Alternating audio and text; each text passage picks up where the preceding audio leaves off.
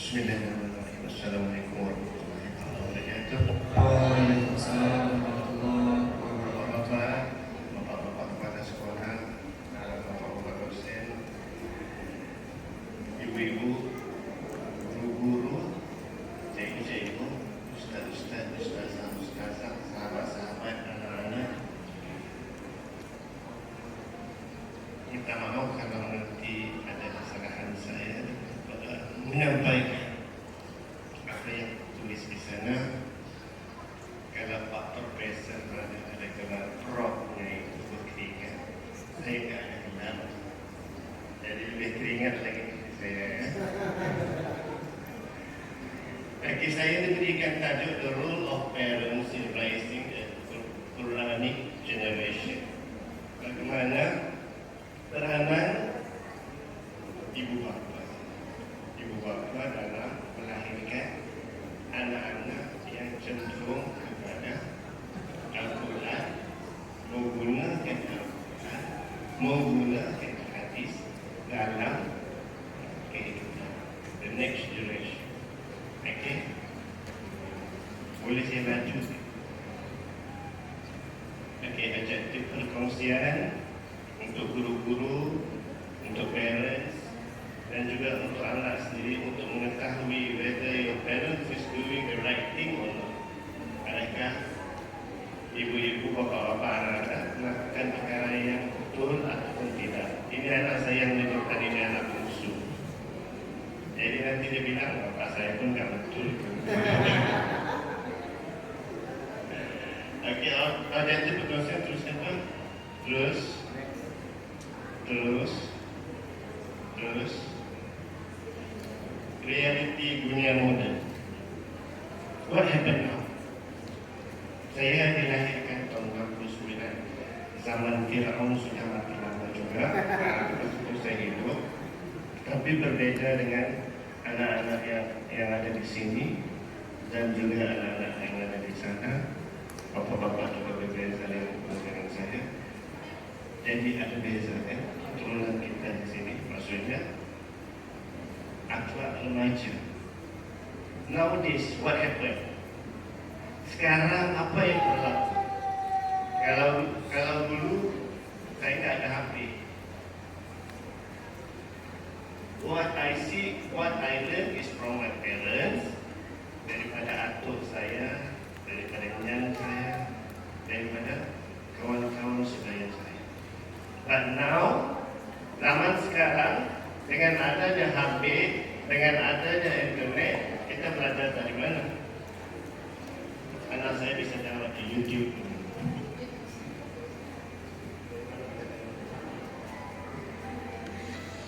Dari Google browsing dan seterusnya. AI dan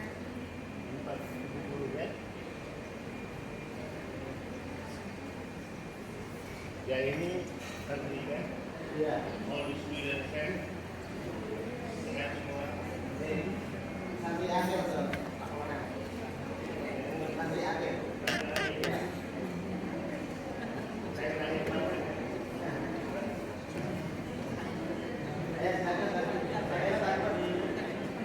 Dari mana saya?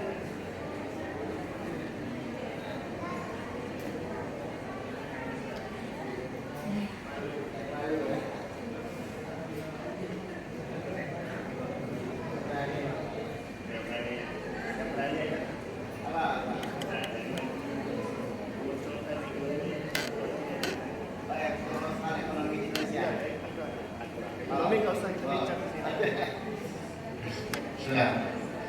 Kemerosotan akhlak di zaman now itu kebanyakan berawal dari tontonan. Ya, tontonan yang tidak selektif sehingga anak-anak yang masih kecil tapi dia banyak melihat kriminal di dalam tontonan itu dia tiru.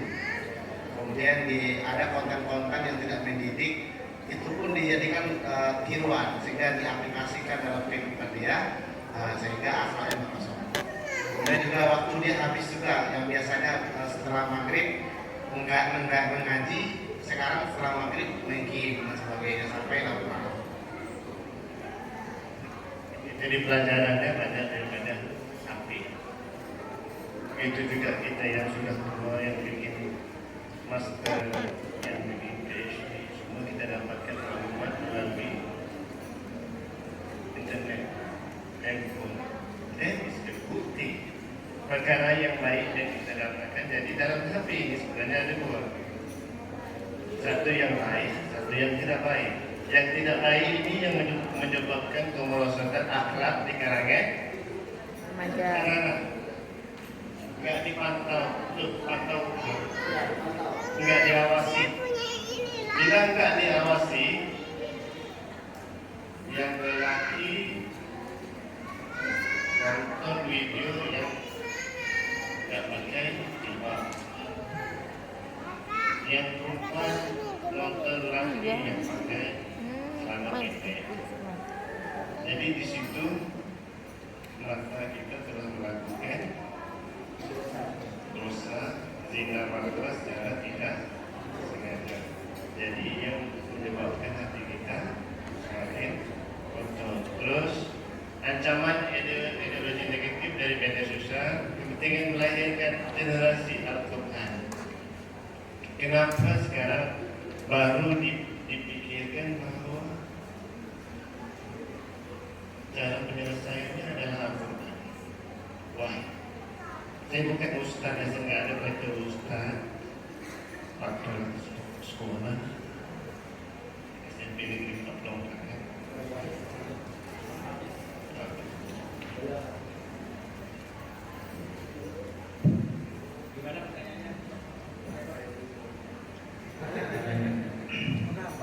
Al-Quran sebagai solusi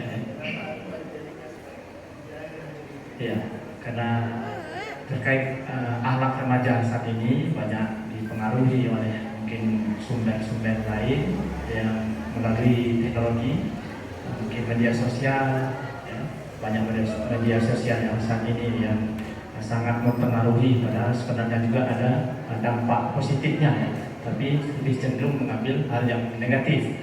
Nah, untuk itu kalau kembali ke Al-Quran, insya Allah itu semuanya akan bisa dihilangkan kalau memang dia betul berpedoman kepada Al-Quran. Al-Quran tentu adalah pedoman hidup bagi manusia ya, bukan muslim saja tapi bagi manusia. Mungkin itu, terima kasih. Apa yang ada dalam Quran?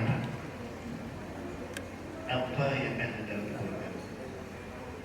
Apa yang diturunkan kalam Allah turunkan kepada kita itu apa yang tertulis dalamnya? Adakah pengajaran, cerita zaman Fir'aun, cerita Nabi, cerita kaum Lut, semuanya adalah pengajaran kepada kita the way how to live. Bagaimana cara anda hidup di dunia ini? Allah telah letakkan kecakapannya di situ. Dua golongan. Allah jadikan semuanya dua. Baik, buruk, lelaki, perempuan. Ada yang single? Tidak ada. Di dunia semua Allah jadikan dua. Jadi yang dua ini sebenarnya adalah pilihan diri kita sendiri. Allah bagi kita otak, Allah bagi kita hati, Allah bagi kita pedoman Al-Quran dan hadis. You choose. Anak-anak pilih mau di sini apa mau di luar. Di sini pilih Al-Quran, baca Quran, hafiz Quran, pikiran tidak mengarah kepada perkara-perkara yang mendidik akhlak di sini. Apa beza orang yang tahu Quran dengan orang yang tak tahu Quran, tak baca Quran, tak paham Quran? Apa beza? Apa beza orang Jepun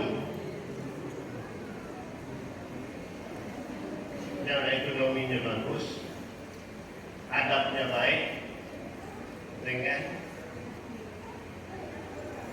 rakyat yang berada di Oman? Apa bezanya? Pak Ustaz?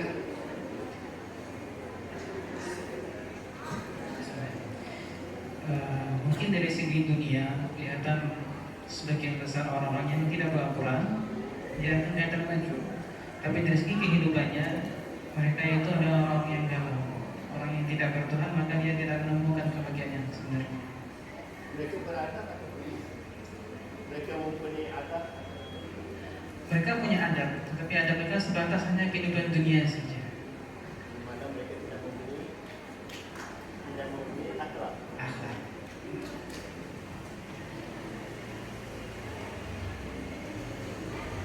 Jadi beza ya, beza. Itu pun mereka punya adab yang tinggi, kerana macam yang penting. Tak jumpa sama di mana tempat adab.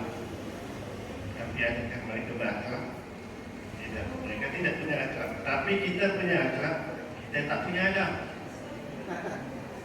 Kenapa saya kata tak punya adab? Apa? Maka pernah ke Australia, US.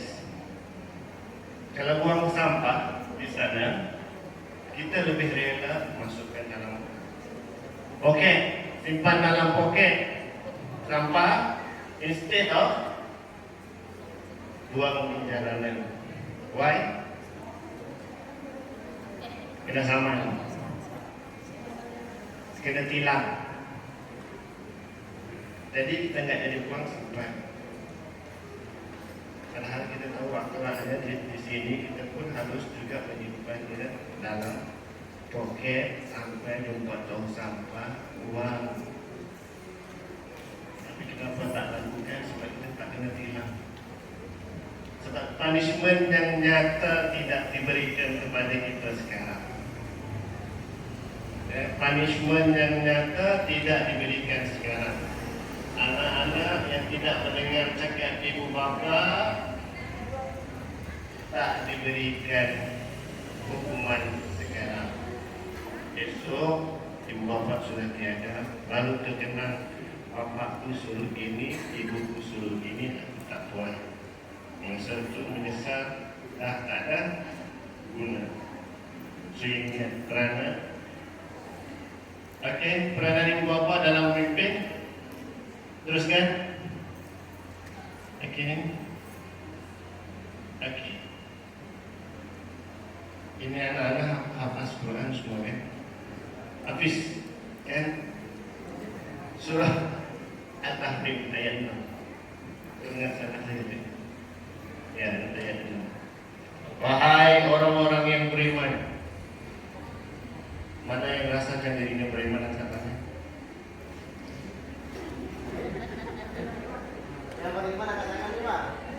Yang mana merasakan dirinya beriman dan katanya? Yang mana merasa mau tidur? Yang merasa beriman. Surah At-Tahrim ayat 6.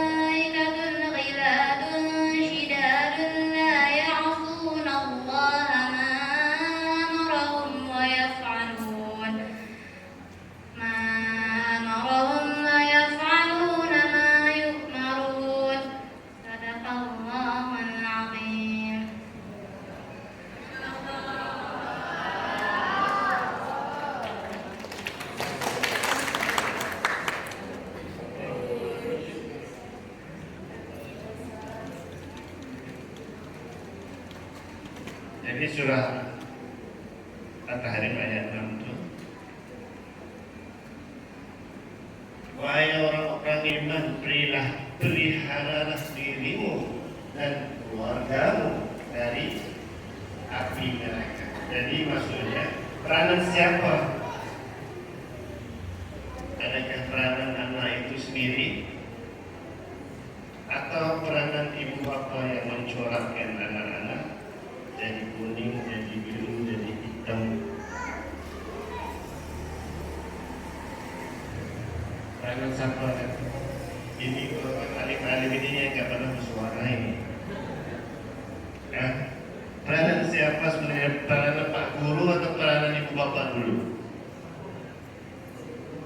Guru dulu atau bapak dulu? Kenapa bapak dulu?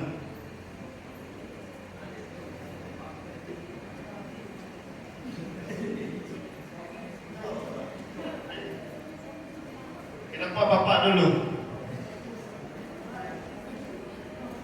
Kenapa bukan ibu dulu?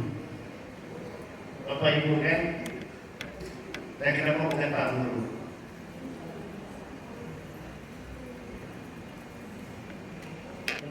Bapak guru yang di depan itu, tetapi ibu-ibu dan bapak-bapak. Assalamualaikum warahmatullahi wabarakatuh. Karena yang pertama kali anak itu lahir dididik oleh ayah dan ibunya dulu di rumah. Terima kasih Bu.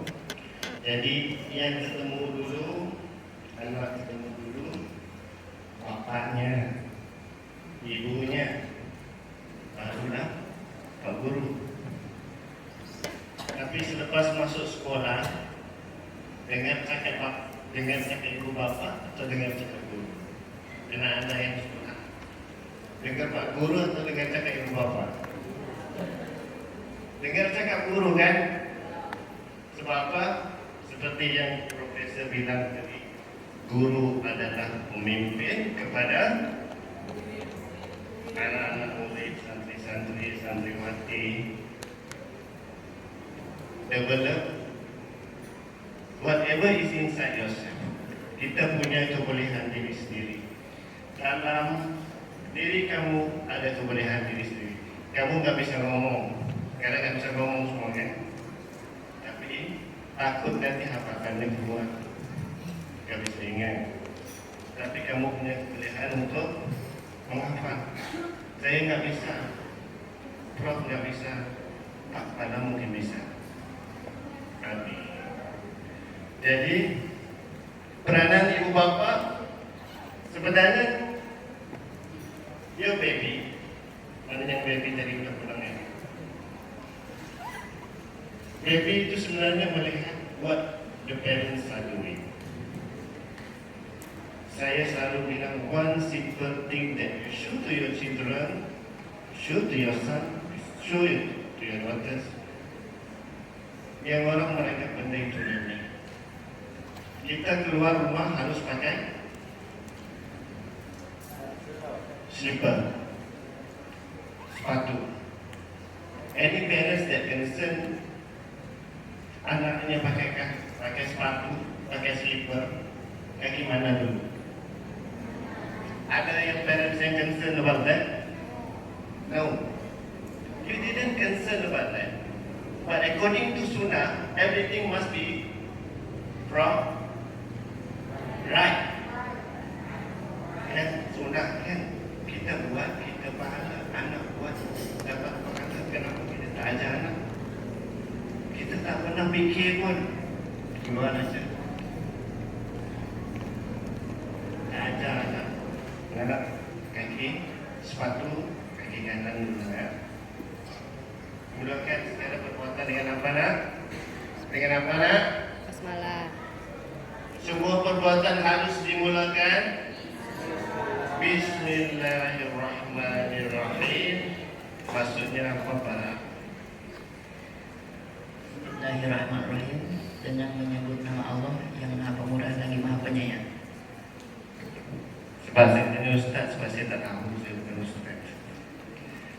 Jadi kita menggunakan mengutamakan Allah dulu dalam segala perbuatan kita. Why? Back to the basic, then we have nothing. Tapi itu bukan tajuk saya. Saya teruskan lagi. Hadis Nabi disediakan boleh dibaca ibu. Inspirasinya daripada Kisah Luqman, Al-Hakim dan Surah Luqman. Saya percaya semua ustaz-ustaz, bapak guru semua bisa melihat tafsiran. Sekarang dalam Al-Quran sudah ada tafsiran. Kalau dulu bacanya laju, habis satu Quran, satu bulan. Sekarang kurangkan sedikit untuk memahami what is written there. Ya, teruskan.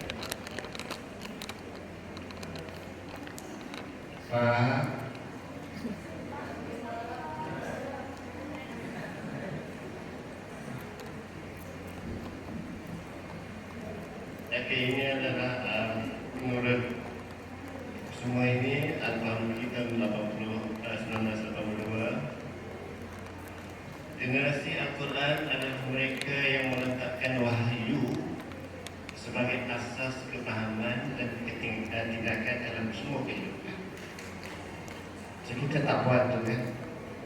Baik diorientasikan oleh barat. Diorientasikan oleh barat.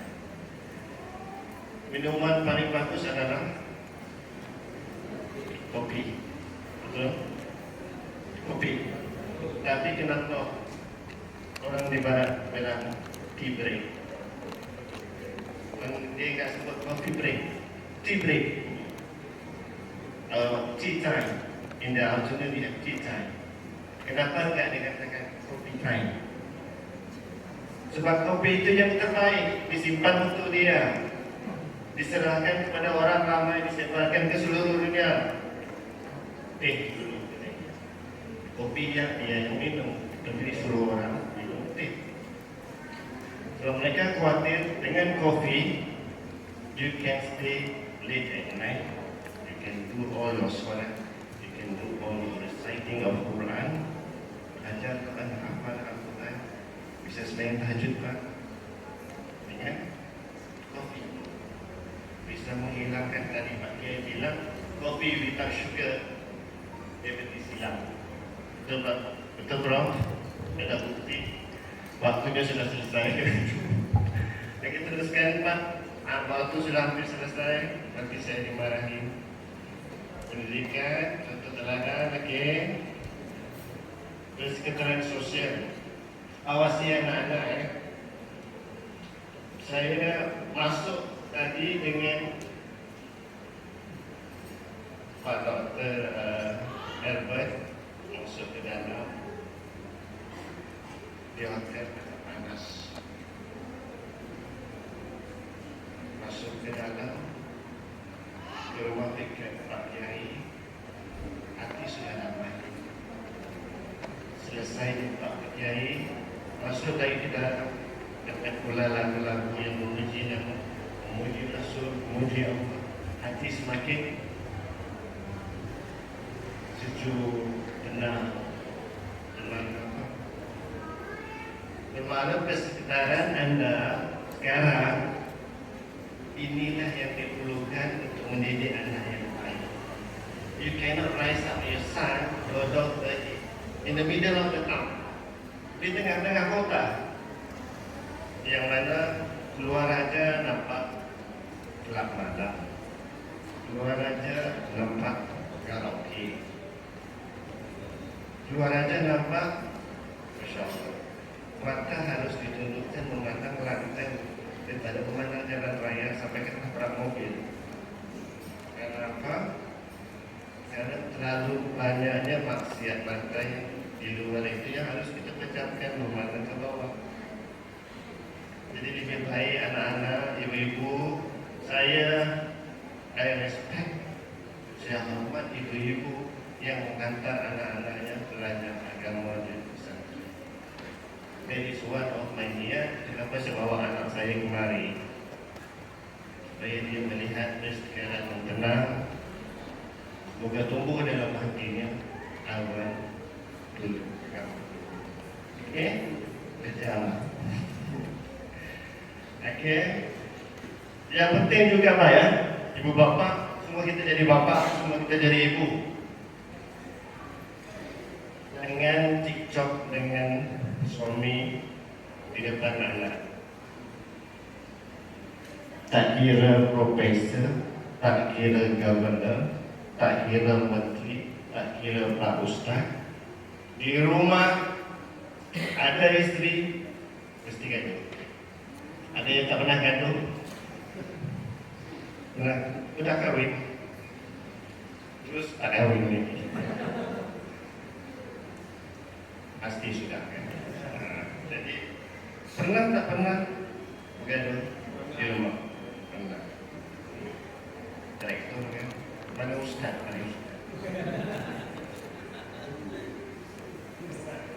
Pernah. Ustazah mana ustazah? Ustazah. Semua nolak, semua nak jadi ustazah. Azah, begaduh depan anak atau enggak? Saya enggak. Begaduh depan anak atau enggak? Enggak pernah cekcok sama suami? Alhamdulillah, mana suaminya?